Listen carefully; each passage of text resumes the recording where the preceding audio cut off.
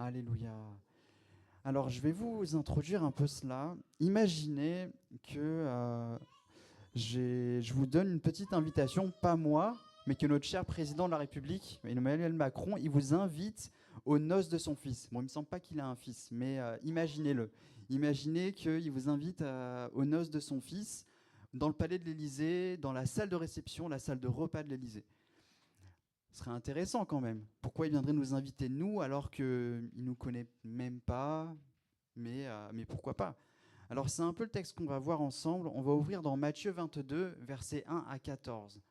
Matthieu 22, versets 1 à 14. Alléluia. Matthieu 22, versets 1 à 14. Je lis en version Nouvelle Édition de Genève. Jésus, prenant la parole, leur parla de nouveau en parabole, et il dit : Le royaume des cieux est semblable à un roi qui fit des noces pour son fils. Il envoya ses serviteurs appeler ceux qui étaient invités aux noces, mais ils ne voulurent pas venir. Il envoya encore d'autres serviteurs en disant : Dites aux conviés, voici, j'ai préparé mon festin. Mes bœufs et mes bêtes grasses sont tués, tout est prêt, venez aux noces. Mais sans s'inquiéter de l'invitation, ils s'en allèrent, celui-ci à son champ, celui-là à son trafic. Et les autres se saisirent des serviteurs, les outragèrent et les tuèrent. Le roi fut irrité. Il envoya ses troupeaux, fit périr ses meurtriers et brûla leur ville. Alors il dit à ses serviteurs : Les noces sont prêtes, mais les conviés n'en étaient pas dignes. Allez donc dans les carrefours et appelez aux noces tous ceux que vous trouverez. Ses serviteurs allèrent dans les chemins, rassemblèrent tous ceux qu'ils trouvèrent, méchants et bons, et la salle des noces fut pleine de convives. Le roi entra pour voir ceux qui étaient à table, et il aperçut là un homme qui n'avait pas revêtu un habit de noces. Il lui dit : Mon ami, comment es-tu entré ici sans avoir un habit de noces ? Cet homme eut la bouche fermée. Alors le roi dit aux serviteurs : Liez-lui les pieds et les mains, et jetez-le dans les ténèbres du dehors, où il y aura des pleurs et des grincements de dents. Car il y a beaucoup d'appelés, mais peu d'élus. Amen. Alléluia. C'est ce dernier verset, car il y a beaucoup d'appelés, mais peu d'élus, qui va être notre verset clé de ce passage ce matin. C'est notre thème, ce sera le thème de mon message, le thème que le message a mis dans mon cœur. Alléluia. Et avant de... Peut-être qu'il y a ces questions-là aussi derrière ce verset, car il y a beaucoup d'appelés, mais peu d'élus. On va répondre à quelques questions ensemble, on va tenter d'y répondre ensemble. Qui est un appelé, qui est un élu, ou quelle est la différence entre un appelé et un élu. Mais avant de sauter à pieds joints vraiment dans ces versets clés, je vais le replacer dans son contexte. Et pour rappel, peut-être que vous connaissez déjà ce passage-là, et vous l'avez déjà lu, entendu des enseignements dessus. L'auteur de ce passage, donc on est dans l'évangile de Matthieu, il était également connu sous le nom de Lévi, c'était un des disciples de Jésus, et avant il travaillait au poste de péage en tant que collecteur d'impôts. Et il a écrit cet évangile vers 60 après Jésus-Christ à peu près. Et pour remettre en contexte un peu ce verset-là et tout ce passage, alors que Jésus, un chapitre avant, dans le chapitre 21, il arrive sur Jérusalem pour la fête de Pâques. Il arrive à Dodane, il est accueilli, le peuple l'accueille en disant « Hosanna, Hosanna ». Et il accueille Jésus. Ils accueillent Jésus. Et pendant ce moment à Jérusalem, il va faire face à plusieurs reprises, à différents moments. Il va faire face notamment aux religieux, donc aux pharisiens, aux chefs religieux du temple à Jérusalem. Et il va avoir des vives discussions avec ces partis-là, avec ces personnes-là, tantôt sur son autorité, tantôt sur le tribut à César, par exemple, sur la résurrection. Il va être un peu éprouvé. Ils vont lui poser des questions pour essayer de trouver un point de flexion, un point de faiblesse dans ce qu'il apporte. Mais on connaît Jésus, il est plein de sagesse, il va toujours répondre avec la bonne parole. Alléluia. Et notre verset clé s'inscrit et il vient clore 3 paraboles que Jésus il adresse à ses chefs religieux de Matthieu 21, verset 28 à 22, 14. Donc il y a 3 paraboles différentes et il va les adresser à ces personnes d'influence dans le temple. Ces 3 paraboles, elles traitent toutes du même point, qui sont à propos de la religiosité des pharisiens, des scribes et des chefs religieux du temple, du fait qu'ils mettent en avant les actions, les œuvres, en guise de piété, au lieu de privilégier vraiment la relation et l'amour qu'on est censé avoir avec Dieu. Alléluia. Et dans cette troisième parabole qu'on a lue ensemble, Jésus il compare le royaume des cieux à un repas de noces, à un festin qui est organisé par un roi. Dans notre cas, au début, quand j'introduisais cela, on va dire par notre président, il nous invitait au repas de son fils. Et dans la plupart des paraboles, Jésus, Dieu, en tout cas, est comparé à un roi, et Jésus est comparé au fils de ce roi, auquel on va fêter ses noces. Et je vais vous donner un peu du coup l'interprétation les explications qui sont données dans cela. Donc Jésus il a souvent comparé le royaume des cieux à un grand festin, et cette parabole, le roi est représenté par Dieu, le fils c'est Jésus. Le roi avait invité de nombreux autres, à savoir les Juifs. Mais la plupart d'entre eux, ils n'ont pas cru que Jésus était le Messie, le Fils de Dieu. C'est pourquoi ils ont refusé de venir au festin une première fois. Ils ont refusé de venir à ce festin organisé en son honneur. Et le roi, il fit preuve d'une grande patience. Il envoya des messagers une deuxième fois pour réitérer son invitation en vain. Non seulement les invités, ils ont refusé de venir, mais de plus, il y en a qui ont maltraité. Ils ont maltraité ces serviteurs qui ont invité, qui sont venus les appeler. Certains, ils les ont outragés, ils les ont même tués. Et ces serviteurs, ce sont les disciples de Christ que les Juifs ont persécutés. Et le roi, il fut alors tuer les meurtriers et brûla leur ville. Ce passage-là, ce verset-là, donc on est au niveau du verset plutôt 6, je dirais, 7. Voilà, le roi fut irrité, il envoya ses troupes, fit périr les meurtriers et il brûla leur ville. Ce passage-là, il correspond, c'est une annonce prophétique que Jésus faisait sur la destruction de Jérusalem, qui est survenue 40 ans après la mort de Jésus, en 70 après Jésus-Christ. C'est l'armée romaine qui venait assiéger la ville, qui a détruit le temple et qui a fait mourir ceux qui s'y trouvaient. Comme la grande majorité des Juifs avaient refusé l'invitation de participer au festin de Christ, Dieu il a invité du coup les païens. Il a ouvert encore plus les bras à tout le monde. De base, il a les bras ouverts pour nous. Alléluia. Et les serviteurs, ils sont partis et ils sont allés inviter toutes sortes de gens au banquet. Il est écrit, ils sont allés dans les carrefours, dans les chemins. Et ces personnes qu'ils ont invitées, c'était des méchants, des bons, des péagers, des personnes qui travaillaient au péage, des prostituées, des collecteurs d'impôts, etc. Des personnes qui sont de bonne fréquentation ou de mauvaise fréquentation. Tout type de personnes. Parce que l'amour ne regarde pas aux faits, l'amour ne regarde pas aux actes, mais il regarde au cœur, il regarde à la personne. Amen. Et donc je disais, les serviteurs ont invité plusieurs personnes, plusieurs types de personnes. Ils les ont tous rassemblés, tous ceux qui se trouvaient les ont rassemblés. L'ivraie d'une part et le blé, ils étaient réunis. Le filet avait été jeté et il avait ramené du bon et du mauvais poisson. Mais dans le lot, et on le voit ça plutôt sur le verset 13, pas verset 13, verset plutôt 11, je vais le relire. Le roi entra pour voir ceux qui étaient à table, et il aperçut là un homme qui n'avait pas revêtu un habit de noces. Il lui dit, « Mon ami, comment es-tu entré ici sans avoir un habit de noces ?» Cet homme eut la bouche fermée. Eh bien, dans ce lot-là, il y avait une personne qui n'avait pas cet habit-là. Dans le lot, il y a un des convives qui ne portait pas l'habit de noces. Ce vêtement, il représente la justice de Christ, et on y reviendra tout à l'heure. On va décortiquer ça d'un peu plus près. Donc ça représente la justice de Christ qui nous est imputée par la foi. Tous ceux qui participent au festin doivent être revêtus de la justice de Christ, alléluia, de cet habit de noces. Ce convive sans habit de noces correspond à tous ceux qui n'ont pas cru en Christ de façon authentique et qui n'ont pas été revêtus de la justice du Christ.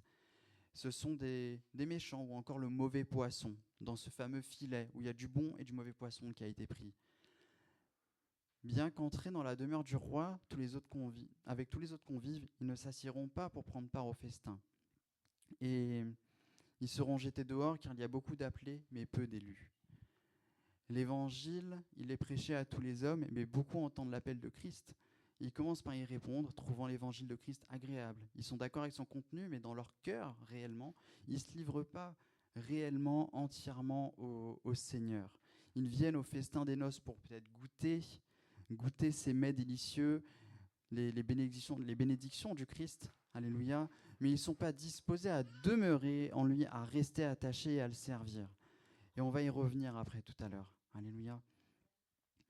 Et plus simplement, après avoir vu ce contexte global, l'interprétation qui est donnée par les différents commentateurs, on va voir dans un premier temps un peu les attributs visibles de Dieu qui ressortent de cette parabole. On va reprendre ce texte ensemble dans tous les cas, et on va répondre ensemble aux questions posées en début d'enseignement lorsque j'introduisais cela.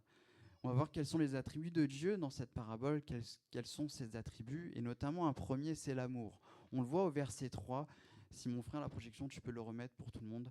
Alléluia, merci beaucoup. Au verset 3, il est écrit « Il envoya ses serviteurs appeler ceux qui étaient invités aux noces, mais ils ne voulurent pas venir. » Et on va aussi lire le verset 8 ou 9. S'il te plaît, merci beaucoup. Alléluia. Alors il dit à ses serviteurs « Les noces sont prêtes, mais les conviés n'en étaient pas dignes. » Et il disait aussi au verset 9, « Allez donc dans les carrefours et appelez aux noces tous ceux que vous trouverez. » N'est-ce pas là une preuve d'amour de Dieu ? Il invite simplement et il demande à ce que tout le monde puisse venir célébrer ces noces-là. Alors, je vous l'ai dit, hein, on est en train de se marier avec ma fiancée. On sait, je pense que pour ceux qui sont déjà mariés, vous savez ce que c'est d'inviter et aussi l'organisation que c'est. Alléluia. Mais on est toujours heureux d'inviter parce qu'on veut inviter nos proches, notre famille, nos frères, nos sœurs dans la foi qui nous portent dans la prière aussi et qu'on apprécie. On a envie de passer ce moment-là avec eux. Mais Dieu, dans son amour, il est encore tellement plus grand. Il connaît tout le monde. Donc il veut inviter tout le monde, en fait, à sa table. Alléluia. C'est ça, cet amour-là, qu'il a pour nous. Mais deuxième attribut, c'est sa justice. Dieu, il est un Dieu d'amour. Il est amour, mais il est aussi justice. C'est cet équilibre-là qu'il y a en Dieu, parce qu'il est juste, il est saint. Et il veut que son peuple soit saint et irréprochable. Amen. Et Dieu est également juste. Le péché reste le péché. On l'a vu au verset 7, lorsque les serviteurs ont été outragés et tués. Je vais le relire. Alléluia. Verset 6, « Et les autres se saisirent des serviteurs, les outragèrent et les tuèrent. Le roi fut irrité, il envoya ses troupes, fit périr ses meurtriers et brûla leur ville. » Le Seigneur, Dieu ne pouvait pas se tenir devant un tel péché, devant une telle injustice. Lui, il faisait une seule chose, simplement, c'était d'inviter. C'était d'inviter. Quelle réponse parfois un peu moins violente, juste un refus simple, mais aussi avec violence. Il y a deux poids, deux mesures quand même. Mais pour autant, parce qu'il y a eu ça, il va réagir avec justice. Il va condamner cela. Et le péché reste le péché et Dieu le condamne. Et lorsque certains invités ont réagi violemment, il a envoyé justement cette armée, il a envoyé cette justice. Dieu est bon et Dieu est juste aussi. Alléluia. Il y a une conséquence au péché. Mais pourtant, comme on l'a vu plus tôt, Dieu, il nous aime tellement qu'il réitère son amour pour nous, en nous invitant. Il invite même d'autres peuples, il ouvre encore plus les bras. Parce que son amour, il est infini, il nous dépasse. Amen. Et on en vient un peu au troisième point de ce moment-là, c'est qu'il persévère dans son amour. Il persévère dans son amour, et c'est ce qu'on voit dans le verset 8, lorsqu'il invite encore plus. L'amour de Dieu est également persévérant. Et en effet, il est face au refus des multiples invités. Il va encore ouvrir ses bras plus forts et plus grands pour son peuple. Et il demande justement à ses serviteurs d'aller dans les carrefours, dans les chemins, là où il y a encore différents types de personnes. Je ne sais pas vous, mais moi j'imagine un roi qui invite.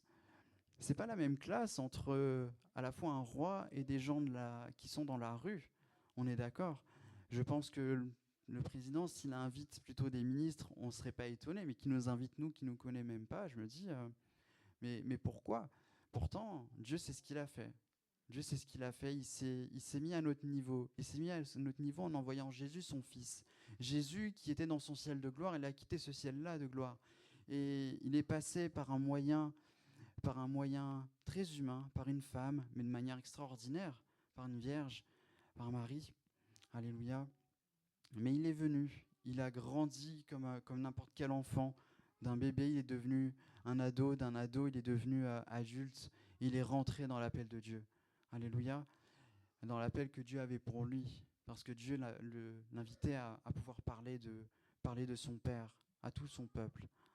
Et Jésus, c'est simplement Dieu fait chair, Dieu fait homme. Alléluia. Et C'est comme ça que Dieu il réitère son amour, en mettant quelqu'un qui peut être notre vis-à-vis, un minimum, qui comprenne notre souffrance, nous montrer qu'il comprend notre souffrance en envoyant Jésus, qui s'est fait homme et qui a subi le prix fort pour nous. On se les rappelait tous ensemble tout à l'heure en prenant la Sainte Seine. Alléluia. Et je reviens un peu sur mes notes, je me suis égaré. Ce, ce roi, ce roi bienveillant, il va inviter des personnes de tout type. Il regarde pas à la condition, il regarde pas au type à comment on peut se comporter. Il n'aime pas le comportement qu'on peut avoir parfois quand on ne l'honore pas. Mais il regarde à notre cœur parce qu'il nous aime. Alléluia. Et j'en viens, justement à mon deuxième point de ce moment-là. C'est qu'il y a beaucoup d'appelés, mais peu d'élus. Ce verset clé, le verset 14. Lorsque Dieu, en fait, lorsque ce roi reprend cette personne avec cet habit de noces qu'il n'a pas, je vais revenir du verset 11 au verset 14. Le roi entra pour voir ceux qui étaient à table, et il aperçut là un homme qui n'avait pas revêtu un habit de noces. Il lui dit, « Mon ami, comment es-tu entré ici sans avoir un habit de noces ?» Cet homme eut la bouche fermée. Alors le roi dit au serviteur, « Liez-lui les pieds et les mains, et jetez-le dans les ténèbres du dehors, où il y aura des pleurs et des grincements de dents, car il y a beaucoup d'appelés, mais peu d'élus. » Alléluia. Ce passage-là, toute la parabole, elle représente le royaume de Dieu, on l'a vu. Il y a aussi une partie un peu avec une portée sur les temps de la fin, où c'est le moment où on va tous se retrouver, parce qu'on est attendus dans le ciel de gloire pour passer ce temps avec Dieu, fêter ce repas, où on sera tous ensemble. Amen. Et dans ce passage-là, le roi passe et il voit qu'il manque. Il y a une personne qui n'a pas d'habit de noces.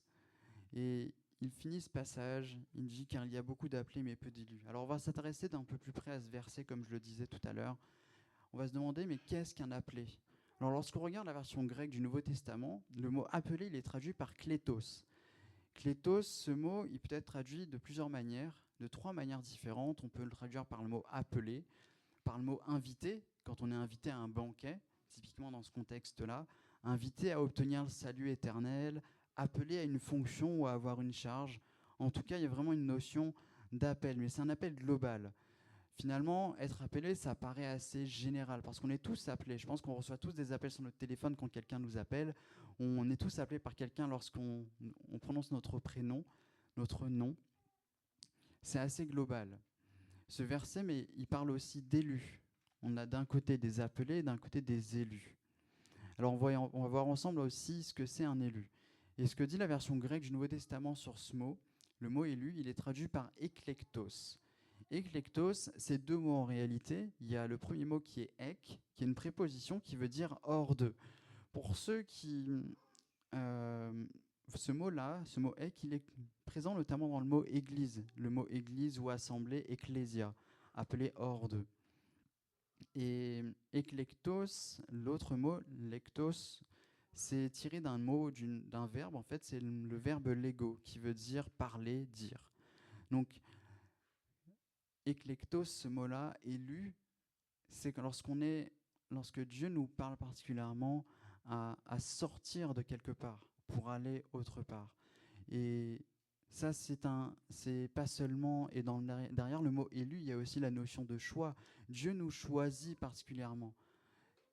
C'est là où c'est différent juste d'un appel. On nous appelle, on peut répondre, mais lorsqu'il nous dit « je te choisis », c'est encore une autre dimension. Alléluia. Il y a cette notion de choix. Et justement, cette différence entre l'appelé et l'élu, c'est que l'appelé, c'est le produit d'une invitation, tandis qu'un élu est le produit d'un choix éclairé. Pas d'un choix fait par nos propres forces, par nous-mêmes, pas parce que moi j'ai choisi, je me suis choisi moi-même, mais parce que Dieu nous a choisis. Parce que ça, c'est un choix divin. Alléluia. Et Dieu, il fait ce choix de manière libre. Il choisit qui il veut pour le servir.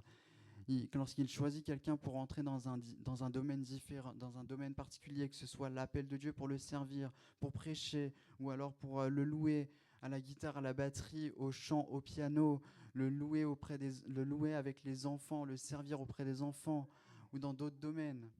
Vous connaissez les domaines peut-être mieux que moi aussi, vous en avez d'autres qui peuvent vous venir à l'idée. Dieu, il choisit qui il veut pour cela. Et il nous élut pour ça. Nous sommes des élus aussi lorsque nous choisissons, lorsque nous répondons présent à son appel, lorsque nous répondons présent à son appel. Est-ce que tu veux me suivre? Est-ce que tu veux rentrer dans ma voie? Est-ce que tu veux m'accepter en tant que Sauveur et Seigneur? Est-ce que tu veux accepter le salut dans ta vie? Est-ce que tu veux être sauvé par moi? Lorsqu'on dit oui, on devient un élu aussi. Alléluia. Et j'ose croire que parmi nous, dans toute cette salle, il n'y a que des élus. Alléluia. Et si ce n'est pas le cas, le Seigneur, il est là pour te dire, je t'aime et je veux t'élire, je veux te choisir pour moi, pour que tu puisses cheminer avec moi. Alléluia. Alléluia. Alléluia. J'ai pas demandé, est-ce qu'il y a des personnes qui nous visitent pour la première fois dans l'église aujourd'hui? Peut-être. Oui, ben c'est pas grave. Le Seigneur vous bénisse. Et il amènera aussi de nouvelles personnes aussi dans votre église. Alléluia. Alléluia. Et je disais, oui, Dieu nous a choisis. Et c'est comme si, pour vous donner une image, pour ceux qui regardent le cinéma, on a des cérémonies comme les Césars ou alors la Palme d'Or à Cannes. Il y a des nominés, des appelés, mais finalement, il y a réellement quelqu'un qui est élu à la fin et qui est honoré avec une récompense. Et nous, notre récompense, c'est Christ. On a eu notre César, notre Oscar, c'est Jésus qui nous l'a donné. C'est Jésus qui est venu vers nous, qui s'est fait homme et qui s'est donné à la croix pour nous. Alléluia. C'est son sang qui a été versé à la croix pour nous, qui nous rapproche de Dieu. Amen. Et ça, c'est cet appel particulier. Parce qu'on le voit dans Jean 15, verset 16, je vous le lis. Ce n'est pas vous qui m'avez choisi, mais moi, je vous ai choisi. Je vous ai établi afin que vous alliez et que vous portiez du fruit et que votre fruit demeure, afin que ce que vous demanderez au Père en mon nom, il vous le donne. Alléluia. Je vous ai choisi. Ce n'est pas vous qui m'avez choisi, mais moi, je vous ai choisi. Alors merci Jésus de nous avoir choisis. Alléluia. On est privilégié, on est honoré de l'être. Alléluia. Et je reviens sur le texte de base à nouveau dans Matthieu. L'élu, je disais, était le produit d'un choix, mais c'est un choix à double sens. D'une part, il y a le choix fait par l'autre, par le roi. Il y a le choix fait par Dieu pour nous. Il nous a choisis. Et d'autre part, il y a le choix de l'inviter. Pourquoi? Parce que dans le contexte un peu de ce passage, euh, je vais m'expliquer. Je reviens sur un point de clarification. Dans cette parabole des versets 11 à 14, le convive, il est jeté dehors. Parce qu'il n'a pas d'habit de noces. Il ne rentrait pas dans le dress code du mariage. On revient un peu sur ces codes-là, le fait d'avoir peut-être un code de couleur ou des tenues particulières. Et le texte ne précise pas si ce convive, il était un méchant ou un bon de base, dans ceux qui ont été accueillis, lorsqu'il a été invité. Mais lorsqu'il est rentré, au temps de Jésus, à l'époque du Moyen-Orient, donc plutôt dans cette région-là, au Moyen-Orient, à cette époque-là, dans la culture, lorsqu'un mariage il était organisé, l'hôte fournissait en fait aux invités un habit de noces, et pour justement les revêtir de cet habit, pour qu'ils puissent être comme tout le monde. Alors peut-être qu'on pouvait supposer dans ce texte-là que cette personne qui a été invitée, qui est mise en lumière, elle sortait des chemins et des carrefours. Donc dans les chemins, il n'y avait pas que des personnes riches, il y avait des personnes pauvres la plupart du temps. Et je me suis intéressé un peu aux différentes tenues qu'on pouvait avoir à cette époque-là. Et basiquement, je ne vais pas aller trop loin dans cela, mais à l'époque, tout le monde avait deux types d'habits, une tunique premièrement, et un manteau, et des sandales aussi pour marcher, pour pouvoir marcher au propre. Et ils avaient donc cette tunique qui était un peu, on va dire, notre chemise, et ce manteau qui va représenter un peu la veste que je porte, pour donner l'image. Et les plus pauvres, ils n'avaient pas de tunique de rechange, parce que la plupart, quand on avait un peu de sous, qu'on était un peu aisé, on avait au moins une deuxième tunique pour pouvoir se changer. Mais les plus pauvres, la plupart du temps, ils n'avaient pas de tunique, ils n'en avaient qu'une seule. Elle était parfois usée, parfois rapiécée, il y avait des morceaux de tissu un peu de partout, des trous, elle était très usée. Et leur manteau, parfois, il n'était pas au complet. C'était parfois qu'une demi-pièce. Donc imaginez, si je le coupe en deux avec un ciseau et que je me mets que la moitié, ça serait intéressant. Mais le tissu restait grossier aussi de ce type de vêtements-là. C'était de la laine rugueuse, les couleurs étaient naturelles, c'était du beige, du brun, du gris. La plupart du temps, c'était des couleurs naturelles. Il n'y avait pas de teinte particulière. Et porter un seul vêtement, ne pas avoir de vêtements de rechange, c'était être réduit, c'était signe de grande pauvreté. Et bien souvent, le manteau servait aussi de couverture la nuit. Il ne pouvait pas pour se protéger du froid. Et ensuite, on a aussi, j'allais parler de la classe royale, entre guillemets, et aussi de l'habit de noces. La classe royale, les tissus étaient, eux, extrêmement riches et les teintes étaient plus rares. Donc, elles étaient très coûteuses. Et les manteaux, ils étaient assez longs et imposants et ça montrait il y avait aussi une influence dans le style de vêtements, dans le style vestimentaire. Il y avait une influence gréco-romaine, donc vraiment avec de la luxure, etc. Et le manteau, il devenait un symbole de pouvoir. La plupart du temps, c'était des couleurs particulières comme du rouge, du pourpre, qui pouvaient montrer comme quoi la personne était différente des autres. Et enfin, on avait l'habit de noces. L'habit de noces, c'était une tunique propre, souvent blanche, et elle représentait trois choses. Elle avait trois symboles: la pureté, la joie et la dignité. Ne pas porter l'habit de noces à un repas de noces dans la tradition orientale, c'était vu comme un manque de respect ou d'indignité. Et du coup, quelle est l'image derrière cet habit de noces? On sait que l'habit de noces, elle représente, comme je l'ai dit, la pureté, la joie et la dignité. Donc là, lorsqu'un invité se revêtait de ce vêtement de ce genre, il changeait de statut.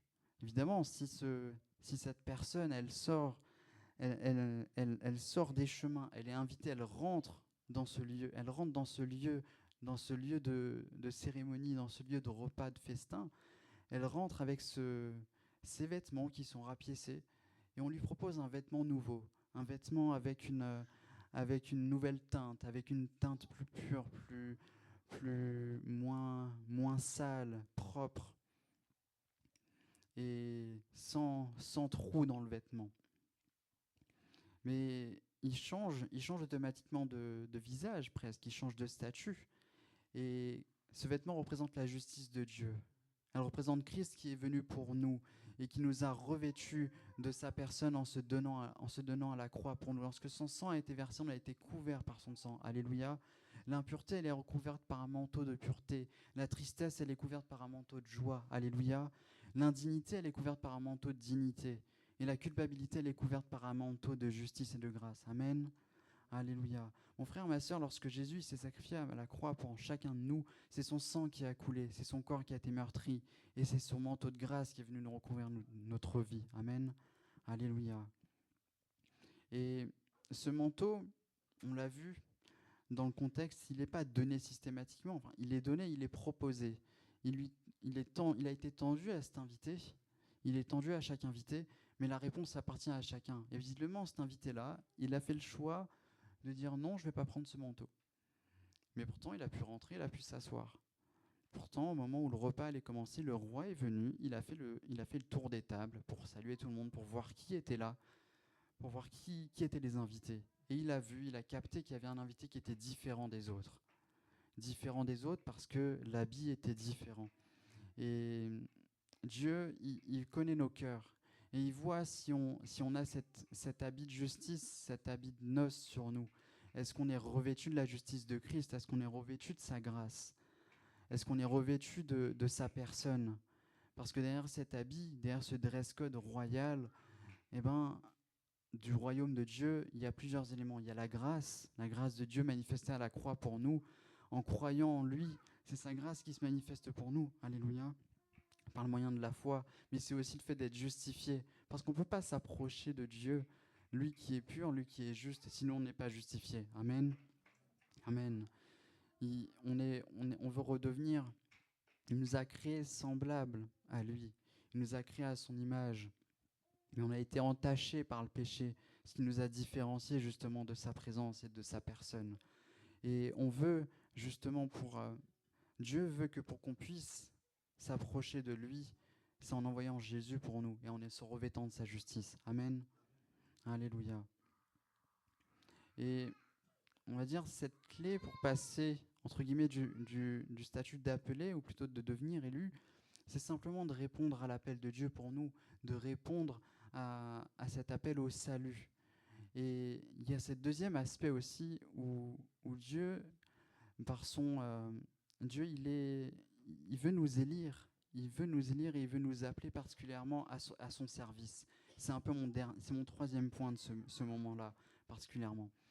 Il veut nous appeler à son service, à le louer. Je ne sais pas si tu sers dans l'église, je ne sais pas si tu sers peut-être ailleurs aussi, si tu as un domaine particulier où Dieu te met à cœur de rentrer, peut-être que ça fait plusieurs mois, plusieurs semaines, plusieurs jours qu'il te parle et qui te dit « rentre avec moi dans le service, je t'appelle à faire quelque chose dans un certain domaine, à servir auprès de moi, soit à la louange, soit ailleurs, je t'appelle à rentrer dans le ministère peut-être ou à servir en tant que leader, en tant que responsable d'enfants. » Mais le Seigneur, il t'appelle plusieurs fois comme ça. Peut-être que c'est toi qui es concerné par cela. Je t'invite à répondre à cela. Ce n'est pas une chose facile à faire, mais je t'invite à répondre à cela parce qu'il y a tellement mieux derrière. Alléluia, alléluia. Sache que Dieu, lorsqu'il t'appelle, il te met la paix dans le cœur aussi. Ce n'était pas prévu ce que je disais là, mais je sais que lorsque je suis qu'au début personnellement, parce que je viens juste de rentrer, il n'y a pas si longtemps, mais je sais que lorsque Dieu m'appelait et lorsque Dieu appelait un pasteur, il le faisait de plusieurs manières différentes. Et c'était puissant. Et ça l'est toujours. Alléluia. Parce que Dieu ne change pas. Et il le fait pour chacun de vous. Et si Dieu t'appelle, réponds simplement à son appel. Demande-lui des signes, éprouve-le si tu veux. Demande-lui de te confirmer, il le confirmera fidèlement parce qu'il est fidèle à sa parole. Amen. Alléluia. Et je disais donc, c'est aussi revêtir l'habit de noces, c'est se mettre sous une nouvelle condition. On a été justifié, on est face à Christ, on est face à Dieu, on peut se tenir dans sa présence, on peut rentrer dans ce lieu saint, dans le lieu très saint, pour prendre part à cette communion avec Dieu. Alléluia. Et c'est aussi c'est se mettre sous son joug, se soumettre à lui en tant que roi. Un roi, il règne. Il vient pas simplement visiter, passer, venir voir qui est là et il repart. Mais il vient pour régner. Et Jésus, c'est ce qu'il fait dans nos vies. C'est accepter donc de renoncer à nos désirs, à nos rêves parfois, et à nos rêves qui ne sont pas les siens, mais accepter de rentrer dans ses rêves à lui, dans ses désirs à lui. Alléluia. Et c'est faire passer en premier les désirs du roi. C'est de faire passer en premier le roi, d'accepter de faire sa volonté. Et quelle qu'elle soit d'ailleurs, quelle que soit sa volonté, lui dire oui, je te suis, oui, me voici, je suis là pour toi. Alléluia. Même quand il y a un prix à payer. Jésus, c'est ce qu'il a accompli pour nous. Il a fait la volonté de son Père, malgré le prix qui était à payer, il était prêt à le payer. Alors que même il voulait parfois que cette coupe s'éloigne, il a dit non ma volonté, mais que ta volonté soit faite. Amen. Il y a une notion de renoncement derrière l'acceptation de cet habit. Il y a une notion de renoncement derrière le fait d'accepter Jésus dans sa vie et de l'accepter chaque jour. Parce que c'est chaque jour qu'on peut simplement, qu'on marche avec Christ et qu'on peut remarcher avec lui. Alléluia. Et c'est ce qu'il dit au jeune homme riche d'ailleurs, lorsqu'il dit le jeune homme riche, il dit, je fais toutes ces choses, je donne, j'aide les pauvres, j'aide ci, j'aide ça, je fais ci, je fais ça, je respecte les points de la loi. Mais qu'est-ce que je dois faire de plus? Jésus lui dit, ce que tu as à faire pour hériter de la vie éternelle, c'est que tu dois tout vendre. Tout ce que tu possèdes, tu le vends et tu le donnes aux pauvres. Ah, et là c'est compliqué. C'est compliqué quand il faut laisser son portefeuille, lorsqu'il faut laisser tout l'ensemble, parce qu'il sait qu'il avait de grandes richesses et que là, c'était compliqué de laisser tout ça. Laisser sa voiture à je ne sais pas combien de milliers d'euros, et alors qu'on vient de l'acheter, qu'il faut la donner à quelqu'un, j'ose pas imaginer. J'ose pas imaginer. Mais en tout cas, Dieu sait ce qu'il nous demande de faire, de renoncer aux choses les plus précieuses. Alléluia. Petit témoignage, lorsque Dieu m'appelait petit à petit, j'étais simplement en train d'aller faire un rassemblement de femmes chrétiennes à Dessines il y a quelques années, il y a 3 ans. C'est ça, il y a 3 ans. Et au retour, en fait, j'arrive vers Vienne. Donc, on est à peu près vers Vienne-Lille, pour ceux qui connaissent, donc au sud de Vienne. Il y avait un autostoppeur qui faisait du stop et je le récupère. J'aimais bien récupérer les autostoppeurs à cette époque-là. Je le fais toujours de temps en temps encore. Je me dis, je le récupère, je lui parle de Jésus sur le chemin. De toute façon, il est dans la voiture, il peut pas ouvrir la porte en route. Il va écouter Dieu, hein, voilà, il va écouter le Seigneur. Et du coup, je lui parle de Dieu et je comptais lui parler de Jésus, mais juste là où je m'arrête, c'était après un rond-point à Vienne-Lille. Vous voyez, pour ceux qui connaissent, on est un peu de la région. Il était au rond-point, je ne pouvais pas m'arrêter là, donc je m'arrête plus loin sur le zébra en 2-2 rapidement. Il était déjà plus loin derrière moi, donc je sors de la voiture, je vais le voir, je dis est-ce que vous avez besoin d'un stop? Il me dit oui, merci beaucoup, merci beaucoup. Puis on va à la voiture, il rentre, je rentre et puis on part. Je le dépose à Ampuis dans la zone industrielle vers le barrage et je le pose là-bas. Avant de le poser, en fait, il me dit en route, il n'y avait que 3 minutes de route, donc c'était un peu court pour parler de Christ, je trouvais. Il fallait avoir les mots. Et puis il me dit merci, merci, merci, de rien, de rien, de rien. Et il me dit ce qui m'a touché, c'est que vous êtes venu vers moi. Je dis ok. Et enfin, il me dit ça, et je dis écoutez, je fais ce que Dieu a fait pour moi, il est venu vers moi, donc je viens vers vous aussi. Je sais pas d'où ça sortait, hein, mais bon, on sait que l'esprit est vivant et il parle tantôt d'une manière, tantôt d'une autre, il nous utilise. Donc je lui dis ça. Il y a un blanc, il y a une petite pause et je lui dis est-ce que vous connaissez Dieu? Il me dit oui, je suis catholique, mais Dieu et moi c'est moyen, je lui en veux parce que j'ai perdu telle et telle personne, mes parents sont décédés, j'en veux à Dieu. Ok. Je le laisse parler un peu et puis moi je dis écoutez, je comprends ce que vous voulez dire, j'ai moi-même vécu un minimum ce que vous avez vécu, j'ai perdu un parent proche il y a longtemps, ça a été très compliqué pour moi, j'en voulais à Dieu alors que je ne le connaissais pas à l'époque, mais lorsque j'ai connu Dieu, j'ai compris qu'il n'était pas fautif de ça, donc je lui parle de Jésus et tout. Et puis à un moment donné, je lui demande, il a l'air de changer un peu de mentalité vis-à-vis de ça, il commence à comprendre, et je rends gloire à Dieu en même temps au fond de moi. Et je lui demande, est-ce que vous avez une Bible entre les mains? Où est-ce que vous habitez? Il était de Vienne. Je lui dis, est-ce que vous avez telle église? Vous avez l'église de Vienne, vous pouvez y aller, elle n'est pas très loin. Laissez-moi votre numéro. Est-ce que vous avez une Bible? Il me dit non. Ok, donnez-moi votre numéro, je vous donnerai une Bible plus tard, je vous rappelle. Sauf qu'en fait, j'avais dans mon sac une Bible qui était ma première Bible offerte au tout début de ma vie chrétienne, alors que je ne connaissais pas Christ encore, par ma tante. C'est elle qui m'a parlé de Christ, etc. Et en fait, je lui demande est-ce qu'il a une Bible, et en même temps, j'en avais une dans le sac à l'arrière de la voiture, donc on comprend que c'est un certain mensonge quand même. Donc on parle, on discute. En même temps, je prie pour lui. Et après, au moment où il allait partir pour aller travailler, je lui dis non, attends un petit peu. Finalement, tiens, j'ai une Bible pour toi, je te la donne, c'est pour toi. Il y avait un pincement au cœur, mais je savais que c'était la bonne chose à faire. Donc je lui donne. C'était un cadeau précieux.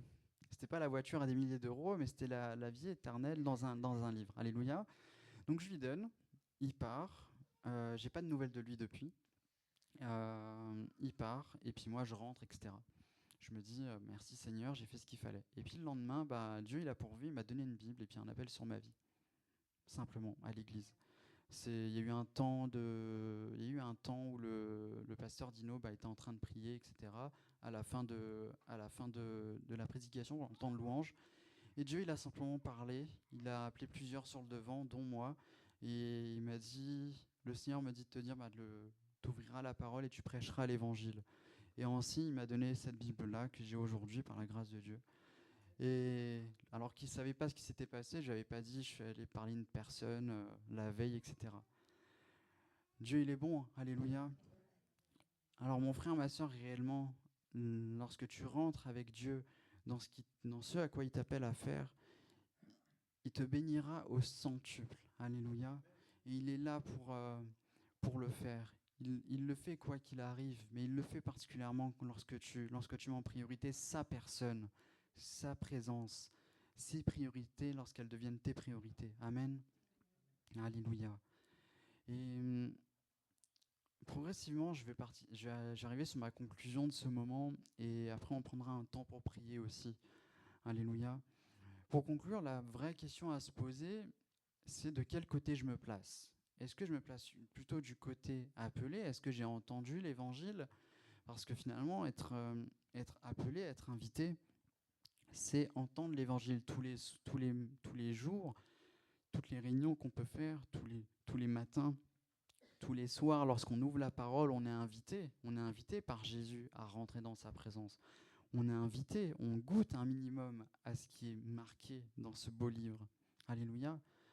Lorsqu'on est en train de louer le Seigneur, lorsqu'on est en train d'entendre la prédication de la parole, on est invité. On est invité à se remettre en question sur des choses, à se poser des questions. Mais finalement, quel est le choix qu'on fait vis-à-vis de ça? Est-ce qu'on fait le choix de laisser cette Bible de côté, qu'elle prenne un petit peu une petite couche de fine poussière dessus, ou est-ce qu'on décide de l'ouvrir afin qu'elle vienne dépoussiérer notre vie? Alléluia. Et de quel côté on se place? Est-ce que je décide de rester à table juste pour profiter des mets succulents, de consommer ce qui est cette belle table du roi, ou est-ce que je décide de juste le goûter ou de vraiment aussi servir à ces tables-là? Alléluia. Il y a un appel général, on l'a vu, qui est le salut. Et, et on va prier pour cela aussi. Il y a cet appel général au salut, où chacun nécessite de répondre à cet appel, qui est pour tous. On a aussi l'appel particulier, l'appel de Dieu, l'appel au service.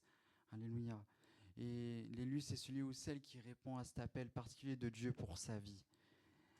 Et lorsque cela arrive, l'Église peut aussi se réjouir pour celui qui rentre dans le service avec Dieu. Amen. L'Église peut adorer, peut célébrer Dieu.